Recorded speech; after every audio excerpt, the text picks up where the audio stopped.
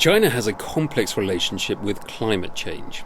On the one hand, it sees carbon emission restrictions as a potential threat to the country's development. On the other hand, China's leaders know that China would be especially hard hit by the climate change consequences. China is at this moment already the main carbon emitter, and it's going to increase even in the next decades. Fighting climate change, no doubt, is important.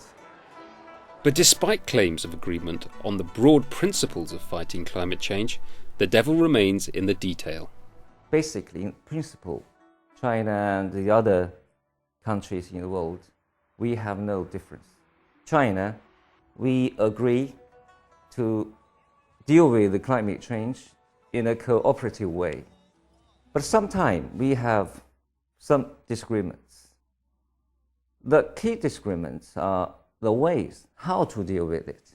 The Copenhagen Climate Change Conference proved how difficult it is to iron out those details. The time for formal statements is over. The time for restating well-known positions is past.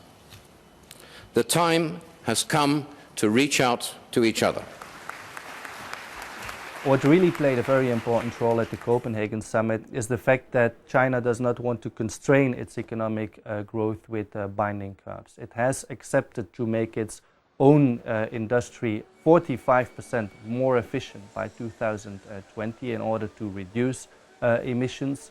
But it sees the especially European attempts to impose 20% fixed curbs as a kind of an effort to, let's say, subtly protect their own economy and to somehow suffocate the growth of developing countries. The Western countries are accustomed to link what it will do with the other countries.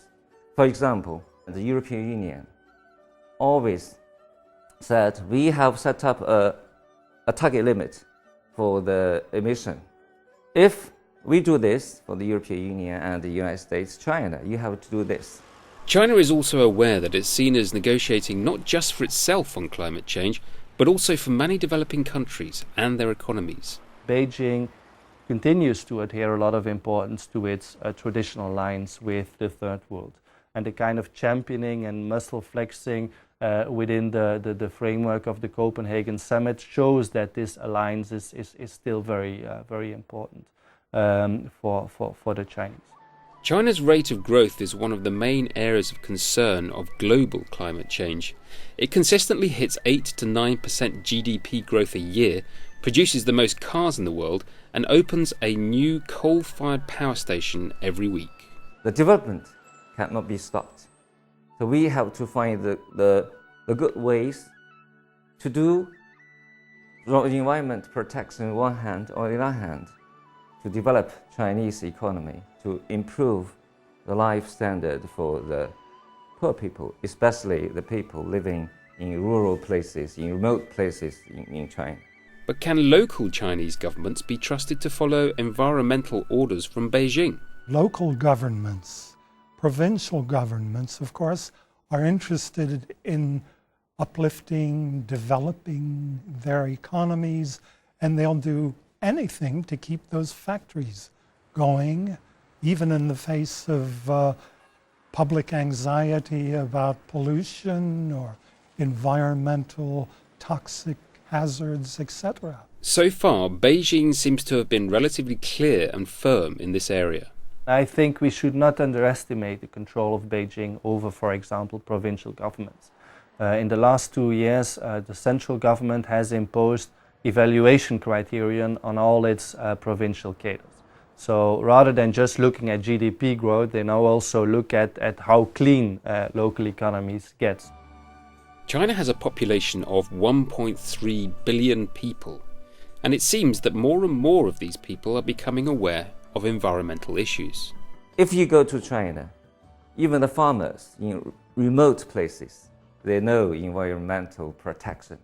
What's environmental protection? What does it mean?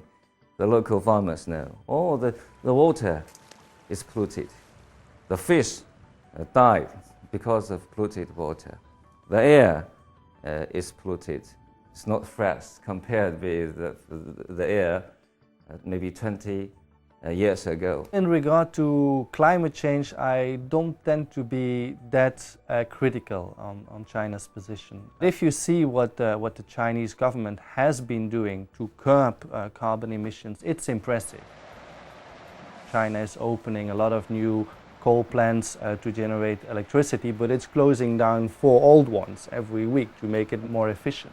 If you look, for example, at the level of investment in research and development for clean energy technologies, it has reached a level that is higher than the 27 European member states combined. Green technology and the money to pay for it are key to China's stance. This was clearly seen at the Copenhagen conference. No, I think this is the financial issue is very important. Whatever initiative these countries will announce is a good step. So there are two key issues, the money and the technology. All these 2 key elements are controlled by the Western countries. The developed countries should take the historical responsibilities. So we hope that developed countries will at least take out more money to put it in one funding to help the developing countries to fight against the climate change. Perhaps one of the clearest lessons from climate change negotiations so far is that China cannot have a one-size-fits-all policy. The needs of its poor regions and its cities are different, as are the needs of its economy and its environment. This could be factored in to the next negotiations at the end of 2010.